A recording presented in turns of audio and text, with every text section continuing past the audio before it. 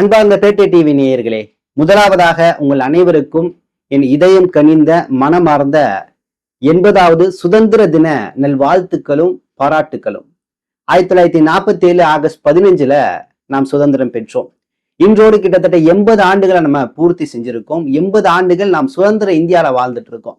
So இந்த சுதந்திர போராட்டத்துல குறிப்பாக முஸ்லிம்களுடைய பங்களிப்பு, தியாகம் என்பது இன்னைக்கு மறைக்கடைக்கப்பட்டு கொண்டு வருகிறது.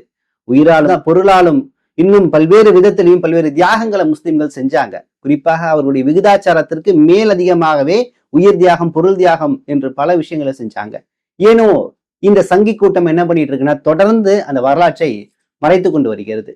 அன்றைய சுதந்திர போராட்டத்துல குறிப்பாக ஒரு 4 தலைவர்கள் காந்தியடிகளோடு இணைந்து பல்வேறு கட்டங்கள்ல இந்த சுதந்திர போராட்டத்தை முன்னெடுத்து கொண்டு சென்றாங்க. காயிதே மில்லத், அபுல் கலாம் ஆசாத், இந்தியாவுடைய முதல் கல்வி அமைச்சராக இருக்கக்கூடியவர், முகமது இஸ்மாயில், ரஃபீக் அகமது, இந்த 4 பேரும் ரொம்ப தீர்க்கமாக இந்த சுதந்திர போராட்டத்துல பங்கெடுத்தாங்க. சோ இவர்கள்ல குறிப்பாக முகமது இஸ்மாயில் மற்றும் காயிதே மில்லத், இந்த 2 நபர்களை நம்ம இங்க பார்ப்போம். அதற்கடுத்து பல நபர்களையும் நம்ம பார்ப்போம் சுருக்கமாக. சோ இதுல முகமது இஸ்மாயில், காயிதே மில்லத் அவர்கள் என்ன பண்றாங்கன்னா, முகமது அலி, சவுகத் அலி, இந்த 2 நபர்கள், அபுல் கலாம் ஆசாத், இந்த 3 நபர்களும் ஒன்றாக சேர்ந்து காந்தியடிகள்கிட்ட ஒரு அனுமதி கேட்கிறாங்க. என்னன்னா, கிலாஃபத் இயக்கத்தை நாங்க ஆரம்பிக்க போறோம். இந்த கிலாஃபத் இயக்கத்தின் வழியாக நாங்கள் பல்வேறு புரட்சிகளை மக்கள்கிட்ட கொண்டு போய் சேர்க்க போறோம்னு சொல்லக்கூடிய விண்ணப்பத்தை முன்வைக்கிறாங்க. காந்தியடிகள் அனுமதி கொடுக்குறாங்க. சோ இந்த இயக்கம் தமிழகம் முழுக்க முஸ்லிம்கள் மத்தியில பெரிய வரவேற்பு பெற்றுச்சு. இதுல குறிப்பாக நான் சொன்ன மாதிரி முகமது இஸ்மாயில், காயிதே மில்லத் சாஹிப் அவர்கள் மிகவும் தீவிரமாக செயல்பட ஆரம்பிச்சாங்க. எந்த அளவுன்னு கேட்டீங்கன்னா, இந்த கதர் ஆடையை மட்டும்தான் அணிவோம் அப்படின்னு சொல்லக்கூடிய ஒரு முடிவை இந்திய சுதந்திர போராட்டத்துல தலைவர்கள் எடுத்தாங்கல்ல, அதற்கு முழுமையாக கட்டுப்பட்டு தங்களது திருமணத்துல கூட, நிக்கால கூட நாங்கள் கதரை தான் அணிவோம்னு சொல்லிட்டு, அந்த கதர் ஆடை எப்படின்னா சுருங்கி போய் இருக்கு.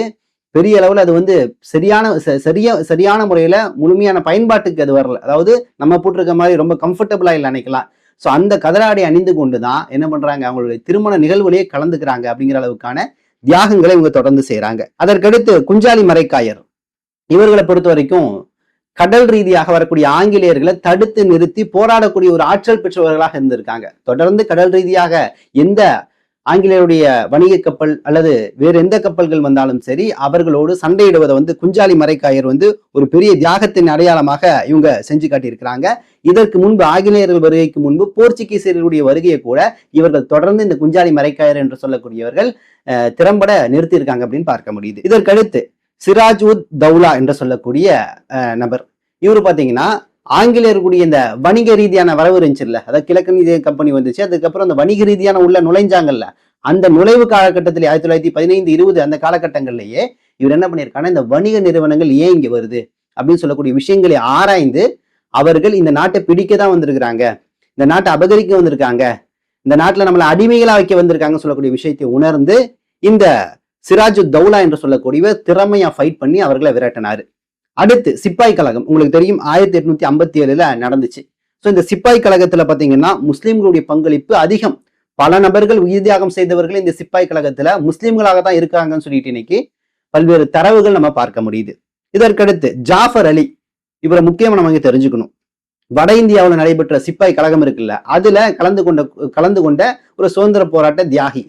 இவர் எந்த விதத்தை தண்டிக்கப்பட்டார்னா, இவர் தவறே செயலானால் தண்டிக்கப்பட்டிருக்கிறாரு. எப்படின்னு தானே கேக்குறீங்க. அந்த சிப்பாய் கழகத்துல ஹியூ வீலர் என்று சொல்லக்கூடிய ஒரு நபர், ஆங்கிலேய அதிகாரி, இவரை ஒரு நபர் சுட்டு கொன்றாரு. இது பெரிய அளவுல பரவுது. திடீர்னு இந்த ஜாஃபர் அலி மேலதான் இந்த குற்றச்சாட்டு முன்வைக்கப்படுது. ஆனால் இவர் சுடல. ஆனால் ஆங்கிலேயர்கள் இவரை கைது செஞ்சு கொண்டு போய் தொங்க விட்டு அடின்னு அடிக்கிறாங்க. உடம்பு ஃபுல்லா காயம், ரத்தம் சொட்டிட்டு இருக்குது. அந்த ரத்தம் பூமியில, அதாவது கீழே ஒரு பாய் போல விரிச்சிருக்கிறாங்க, அதுல விழுகுது அந்த ரத்தம். அது உடனடியாக உரையாது இல்ல. அப்ப என்ன ஆகுதுன்னா, அப்படியே நீர்த்து போய் நிக்குது, தண்ணியாட்டு நிக்குது ரத்தம். அவங்க என்ன பண்றாங்கன்னா, எந்த அளவு சித்திரவாதின்னு பாருங்க, அந்த ஜாஃபர் அலியை நாக்கால அந்த ரத்தத்தை நக்கி சாப்பிட சொல்றாங்க. எவ்வளவு பெரிய அருவருப்பு ஒரு விஷயம். அதை செய்து விட்டு மீண்டும் அவரை அடிச்சு துன்புறுத்தி இறுதியாக அவரை தூக்குல ஏத்தி கொண்டாங்க அப்படின்னு சொல்லக்கூடிய ஒரு துயரமிக்க தியாகத்தை இந்த இஸ்லாமிய பெருமக்கள் செஞ்சிருக்கிறாங்க. அப்படிங்கிறது தான் ஜாஃபர் அலி ஒரு மிகப்பெரிய எடுத்துக்காட்டா இருக்காங்க. அடுத்து மிர் நிசார் அலி, 1857 நடைபெற்ற சிப்பாய் புரட்சியில போராடியவர். இவரை மிர் நிசார் அலின்னு சொல்லுவாங்க. வஹாபிகள் அப்படின்னு சொல்லுவாங்கல்ல. இந்த வஹாபிகள் எல்லாமே ஒன்று திரட்டி பிரிட்டிஷ் தளபதி அலெக்சாண்டர் தலைமையில வந்த அந்த கிளர்ச்சி படைக்கு எதிராக கிட்டத்தட்ட 400 வஹாபிகள் மேல பங்கெடுத்து போர் செஞ்சிருக்கிறாங்க. அவங்க கூட ஃபைட் பண்ணியிருக்காங்க. அதுல 400 பேர் பர்டிகுலரா வந்து இந்த ஆங்கிலேய அதிகாரிகளால் கொல்லப்பட்டிருக்காங்க அப்படிங்கிற செய்தியும் நம்ம பார்க்க முடியுது. அதுக்கடுத்து ஆதம் ஜெவேரி என்று சொல்லக்கூடிய சகோதரர்கள், இவர் வந்து இந்தியாவின் தந்தையார் கூடிய காந்தி இருக்காங்கல்ல, அவர்களுக்கு நெருக்கமானவர். காந்தியுடைய சுயசரிதியா இருக்கக்கூடிய சத்திய சோதனை என்று சொல்லக்கூடிய அந்த புத்தகத்துல வந்து இவங்களுடைய பேர் இடம்பெற்றிருக்கு.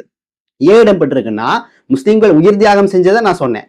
பொருள் தியாகம், அதாவது பொருளாதார தியாகம் எந்த அளவு செஞ்சிருக்காங்கன்னா 150 கோடி சொத்துக்களை சுதந்திர பணிக்காக இந்த ஆதவ் ஜவேர் என்று சொல்லக்கூடிய சகோதரர்கள் எழுதி வச்சிருக்கிறாங்க. இன்னைக்கு சங்கிகள் ₹1 செஞ்சிருப்பாங்களா சுதந்திர போராட்டத்துல? ஆனா முஸ்லிம்கள் தீவிரவாதி என்று சொல்வது.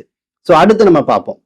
ஏஆர் ஃபக்கீர் முகமது ராவுத்தர், தென் தமிழகத்துல வாவு சிதம்பரம் பிள்ளை இருக்காங்கல்ல, இவர்கள் உங்களுக்கு தெரியுமில்ல, அந்த சுதேசிய கப்பல் தயாரிச்சுட்டு இருந்தாங்கல்ல, அப்படி தயாரிக்கும் போது அந்த கப்பல் கட்டுவதற்கான ஒரு தொகையை கொடுத்திருக்கிறாரு. கிட்டத்தட்ட 2 லட்சம் ரூபாய் மதிப்பிலான தொகையை வந்து தன் சொந்த சொத்து, எங்கேயும் வாங்கல, அவர் சொந்தமா சம்பாதிச்சு உழைச்ச சொத்தை வந்து வாவு சிதம்பரம் பிள்ளைக்கு சுதேசி கப்பல் கட்டுவதற்காக கொடுத்திருக்கிறாரு.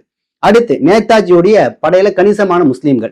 இப்ப நேதாஜி படையை பத்தி உங்களுக்கு தெரியும் தெளிவா. நேதாஜி சுபாஷ் சந்திர போஸ் வந்து உருவாக்கிய கடல் ராணுவ படை, இந்திய தேசிய ராணுவ படையுடைய தளபதி பொறுப்புலையும் அதுக்கு அடுத்த பொறுப்புலையும் முஸ்லீம்கள் இருந்திருக்கிறாங்க. அவர் வியந்து போயிருக்கிறார், இவ்வளவு முஸ்லீம்கள் இருக்காங்களான்னு சொல்லிட்டு. அதுல இருக்கக்கூடிய பல்வேறு செல்வந்தர்கள், வணிகர்கள் பல்வேறு தொகையை, பெரும் செல்வங்களை அவருடைய பணிக்கு, நேதாஜி சுபாஷ் சந்திர போஸ் அவருடைய பணிக்கு கொடுத்திருக்காங்க. இதற்கடுத்து ஒரு அற்புதமான செய்தி. இங்க உலமாக்களை வந்து எந்த அளவு வந்து இந்த சங்கிகள் கொச்சப்படுத்துறாங்க. ஆனால் உலமாக்களுடைய தியாகம் என்ன தெரியுமா? உலமாக்கள், மார்க்க உலமாக்கள் ஃபத்வா கொடுக்குறாங்க. எந்த அளவு ஃபத்வான்னு பாருங்க. மௌலானாக்கள், இஸ்லாமிய மார்க்க அறிஞர்கள் சுதந்திர எண்ணங்களை தீவிரமாக விதைக்கும் வண்ணமாக கதராடையை அணியாத மணமகள்களுக்கு நான் திருமணமே செஞ்சு வைக்க மாட்டேன் அப்படின்னு சொல்லக்கூடிய ஒரு விஷயத்தை முன்வைக்கிறாங்க. எவ்வளவு பெரிய தியாகம் பாருங்க. கதராடை நீ அணிஞ்சாதான் உனக்கு வந்து நிக்கா செல்லுபடியாகும், நாங்கள் நிக்கா எடுத்து வைப்போம்னு சொல்லிட்டு உலமாக்கள் அன்னைக்கு களத்துல இறங்கி இருக்கிறாங்க. இது இல்லாம பல்வேறு உலமாக்களும் சுதந்திர போராட்டத்துல தியாகியாக ஆயிருக்கிறாங்க. இதற்கு அடுத்து ஃபக்கீர்கள். ஃபக்கீர்னா உங்களுக்கு தெரியுமில்ல, இந்த யாசகம் கேட்கிறவங்க. இந்த யாசகம் கேட்கிறவங்க அன்னைக்கு 1947க்கு முன்னாடி ஆங்கிலேயர்கள்ட்ட நம்ம அடிமையா இருக்கும் போது, அவங்க அடிமைப்படுத்தி இருக்கும் போது, இவங்க வீடு வீடா போய் யாசகம் கேட்கும் போது அதோடு சேர்த்து தேசிய உணர்வை ஊட்டக்கூடிய பாடல்களையும் பாடி இருக்கிறாங்க. எவ்வளவு பெரிய விஷயம் பாருங்களே. ஒரு பக்கீர் மனசுல கூட நம்ம இந்தியா வந்து சுதந்திரம் அடையணும், நம்ம தியாகம் செய்யணுங்கிற அந்த உள்ளுணர்வு பிறக்குது. அதற்கு அடிப்படை காரணம் என்ன தெரியுமா? அடிப்படை காரணம் நாட்டுப்பற்று, தேசப்பற்று. அதோடு சேர்த்து அவர்கள் ஏற்றக்கூடிய மார்க்கம் சொல்லுது, நீங்கள் நாட்டுக்காக தியாகம் செய்யுங்க. உங்கள் ஈமான் என்பது, இந்த ஒரு நாட்டு பற்று என்பது ஈமானுடைய ஒரு பகுதி அப்படின்னு மார்க்கம் சொல்லுது. சோ அந்த உள்ளுணர்வு தான் உலமாக்களையும் மிஸ்கின்களையும் இன்னைக்கு ஃபக்கீர்களையும் தியாகிகளாக, சுதந்திர தியாகிகளாக மாத்தி இருக்கு. சோ அதுக்கு அடுத்து பாத்தீங்கன்னா திருமதி ஃபதுர்தீன் தியாப்ஜி என்று சொல்லக்கூடியவர்கள், நீங்க கேள்விப்பட்டிருப்பீங்களா, சுரையான்லாம். சோ அவங்க பேர் தான் நினைக்கிறேன் இந்த இரண்டுமே. இவங்க வந்து தேசிய கொடியை வடிவமைத்தல ஒரு முக்கியமான பங்களிச்சிருக்கிறாங்க அப்படிங்கிற ஒரு விஷயத்த பார்க்க முடியும். இதுக்கு அடுத்து கான் சாஹிப் என்று சொல்லக்கூடிய மருதுநாயகம், உங்களுக்கு நல்லா தெரியும். மருதுநாயகத்துடைய வரலாறு நான் சொல்லி உங்களுக்கு தெரியணும்னு கிடையாது. மருதுநாயகத்துக்கு பல்வேறு பேர்கள் இருக்கு. நெல்லூர் சுபேதர், முகமது யூசுப், கம்மன்தான் ஷாஹிப் என்று சொல்லக்கூடிய பல்வேறு பேர்கள் இருக்கு. இவர் வந்து உங்களுக்கு தெரியும், ஆங்கிலேயருக்கு எதிராக அந்த கொடி இருக்குல்ல, அந்த கொடியை வந்து பீரோங்கி வச்சு சுட்டு தள்ளினார் அப்படின்ற வரலாறு இருக்கு. இவர் வந்து தொழுகை நடத்தி கொண்டிருந்த வேலையில உள்நாட்டில் இருக்கக்கூடிய சில கருப்பாடுகள் மூலமாகவே தூக்கிலிட்டு கொல்லப்பட்டிருக்கிறார் அப்படிங்கிற செய்தியை நீங்க கேள்விப்பட்டிருப்பீங்க. ஹைதர் அலி 18ஆம் நூற்றாண்டின் சிறந்த தளபதியாக திகழ்ந்தவர் ஹைதர் அலி. இவர் ஆங்கிலேயரின் ஆதிக்கத்தை எதிர்த்து நடத்திய போர் முதல் மைசூர் போர் என்று அழைக்கப்படும். ஹைதர் அலியின் தாக்குதலை சமாளிக்க முடியாமல் ஆங்கிலேயர்கள் தோற்று ஓடினர். ஆனால் 2ஆம் மைசூர் போரில் ஆங்கிலேயர்கள் சூழ்ச்சி செய்து இவரை கொன்றார்கள். அந்த விஷயம் உங்களுக்கு தெரியும். சோ அதே போல தீரன் திப்பு சுல்தானை பத்தி நமக்கு சொல்லவே தேவையில்லை, எல்லா வரலாறும் படிச்சிருப்பீங்க. இன்னைக்கு வரையும் திப்பு சுல்தான் என்ற பெயரை கேட்டா சங்கிகள் கொலை நடுங்கிறாங்க. அப்படின்னா அவருடைய தியாகம், அவருடைய போர்க்குணம் தான் நமக்கு இன்னைக்கு பெரிய அளவுல உத்வேகத்தை கொடுத்திருக்காரு. நம்ம பார்த்த இவ்வளவு பெரிய பட்டியல் எவ்வளவு இன்னும் இருக்கு, சொல்லிட்டு இருந்தா சொல்லிட்டே இருக்கலாம், நேரம் பத்தாது. சோ அந்த அளவு இஸ்லாமியருடைய தியாகம் என்பது நான் சொன்ன மாதிரி தங்களது உயிராலும் பொருளாலும் உள்ளத்தாலும் உடலாலும் பல்வேறு விதத்துல செஞ்சிருக்காங்க. அதுல மார்க் அறிஞர்கள் இதை அதிகமா செஞ்சாங்க அப்படிங்கிற விஷயத்த பார்த்தீங்க. இஸ்லாமிய பெண்களும் குறைந்தவர்கள் கிடையாது. இஸ்லாமிய பெண்கள் எடுத்தீங்கன்னா பல பேர் சுதந்திர போராட்டத்துல கலந்துருக்காங்க. 1857 பாத்தீங்கன்னா பேகம் ஹஜ்ரத் மஹால், இவங்க பாத்தீங்கன்னா லக்னோல இருந்து கொண்டு பிரிட்டிஷாருக்கு எதிராக மிகப்பெரிய போராட்டம் முன்னெடுத்தாங்க. அதே போல பேகம் ஷானவாஸ் அவர்கள் ஆகட்டும், அதே போல பி அம்மா என்று சொல்லக்கூடியவர்களாகட்டும், அதே போல அம்ஜத் பேகம் ஆகட்டும், இது போன்ற இன்னும் பல்வேறு இஸ்லாமிய பெண்மணிகள் இந்த சுதந்திர போராட்டத்துல தங்களது பங்களிப்பை கொடுத்திருக்காங்க. அப்ப இவ்வளவு பெரிய தியாகத்தை செய்த இந்த இஸ்லாமியர்களுடைய நிலைமை இன்னைக்கு என்ன? இந்த இஸ்லாமியர்கள் சவுதி அரேபியால இருந்து, அரபு நாட்டுல இருந்து வந்தவர்களா? கிடையாது. இந்த விஷயத்த நான் ஒரே விஷயத்த சொல்லிதான் இலகுவா புரிய வைக்க முடியும். பழனி பாபாவுடைய ஒரு வசனம் தான். நாங்கள் மொழியால் தமிழர்கள், இனத்தால் திராவிடர்கள், தேசத்தால் இந்தியர்கள், மார்க்கத்தால் இஸ்லாமியர்கள். நாங்கள் இஸ்லாமிய மார்க்கத்தை தான் ஏத்துக்கிட்டோம் தவிர நாங்கள் இந்த நாட்டுடைய பூர்வகுடி மக்கள். ஆனால் நாங்கள் ஏற்றுக்கொண்ட இஸ்லாமிய மார்க்கம் என்ன சொல்லுது? எங்கள் மார்க்கப்பற்று நாட்டை குறித்து, ஒரு நாடு என்பது ஈமான்ல ஒரு பகுதி, தேசப்பற்று என்பது ஈமான்ல ஒரு பகுதின்னு சொல்லுது. மொழியை குறித்து என்ன சொல்லுது? மொழியின் மீது நீங்கள் பற்று கொள்ளுங்கன்னு சொல்லுது. அதே போல இனத்தை குறித்து உங்கள் இனத்திற்கு விசுவாசமாக சரியான முறையில் நடந்து கொள்ளுங்கன்னு சொல்லுது. அப்ப நாங்கள் ஏற்றுக்கொண்டிருக்கக்கூடிய மார்க்கம் எங்களுக்கு இருக்கக்கூடிய மொழி அடையாளம், இன அடையாளம், தேசிய அடையாளம், இது எல்லாத்தையும் பாராட்டுகிறது, ஊக்குவிக்கிறது, அதை பின்பற்ற சொல்கிறது. ஆனால் அங்க ஒரு வரம்பை நிர்ணயிக்குது. மொழி பற்று இருக்கணும், மொழி வெறி இருக்கக்கூடாது. தேசப்பற்று இருக்கணும், தேச வெறி இருக்கக்கூடாது. இனப்பற்று இருக்கணும், இன வெறி இருக்கக்கூடாது. ஏனென்றால் இது எல்லாமே வெறியாக மாறும்போது பிற நாட்டை சார்ந்தவர்களை, பிற இனத்தை சார்ந்தவர்களை, பிற மொழியை சார்ந்தவர்களை தாழ்த்தி நம்மை உயர்த்தி காட்டுவதை இஸ்லாம் ஒருபோதும் அங்கீகரிப்பது கிடையாது. அதனாலதான் இஸ்லாம் எல்லாத்தையும் ஏத்துக்குது, எங்களுக்கு அது கற்றுக் கொடுத்திருக்குது. அதனாலதான் நாங்க என்ன பண்றோம்? எல்லாத்தின் மேலேயும் மொழியின் மீது பற்று இருக்கிறோம், தமிழின் மீது காதல் கொண்டிருக்கிறோம், தேசத்தின் மீது பற்று கொண்டிருக்கின்றோம். இந்த தேசத்தை உருவாக்கியதுல, விடுதலை பெற்றதுல முஸ்லிம்கள் ஒரு பெரிய பங்களிப்பு செஞ்சிருக்கிறோம். ஆனால் இதெல்லாம் சேர்த்து எங்களுக்குள்ள ஒரு பற்றும் நேசமும் காதலும் இருக்கும். அது ஹிந்து, முஸ்லிம்கள், கிறிஸ்துவர்கள், சீக்கியர்கள், பௌத்தர்கள் என்று அனைவரையும் ஒன்றிணைத்தி ஒரு அழகான இந்தியாவில வாழ வைக்கும். இறுதியாக ஒரு வார்த்தையை சொல்லி முடிக்கிறேன். 80 வருஷம் ஆச்சு நம்ம இந்தியா சுதந்திரம் அடைஞ்சு, ஆனால் முழுமையாக சுதந்திரம் அடையல. இன்னும் முழுமையான சுதந்திரம் பெறணும் அப்படின்னா இங்க இருக்கக்கூடிய சங்கி கும்பல்கள், RSS கும்பல்கள், மதவாத கும்பல்கள், நமக்குள்ள பிரிவினைவாதத்தை தூண்டக்கூடிய இந்த சங்கிகள் இல்லாத இந்தியாவை உருவாக்கினா மட்டும்தான் நாம் முழுமையான சுதந்திரம் அடைந்தவர்களாக நம்ம மாற முடியும். அன்னைக்கு ஆங்கிலேயர்கள் அடிமையிலிருந்து நம்ம ஒரு பெரும் மூச்சு விட்டோம். அந்த அடிமைத்தனத்திலிருந்து நம்ம விடுதலை பெற்ற பின்னாடி அந்த உணர்வை நம்ம சொல்ல முடியாது. நம்ம அந்த காலகட்டத்துக்கு போய் உணரதான் முடியும் டைம் மிஷின் வச்சு. ஏன்னா சுதந்திரம் பெற்ற அடுத்த நாள் ஒரு புத்துணர்ச்சி, சுதந்திரமா பேச முடியும், அவ்வளவு சந்தோஷம் மக்களுக்கு. சோ அந்த உணர்வு இன்னைக்கு அப்படியே இருக்கான்னு கேட்டா அற்று போயிருக்கு. ஏனென்றால் இந்த சங்கிகள் வழியாக மீண்டும் நாம் என்ன பண்ணிட்டு இருக்கோம்? நசுக்கப்படுகின்றோம். அதனால இந்த சுதந்திர தினத்துல நாம் உறுதி கொள்வோம், நாம் ஒரு காலம் பிரியக்கூடாது.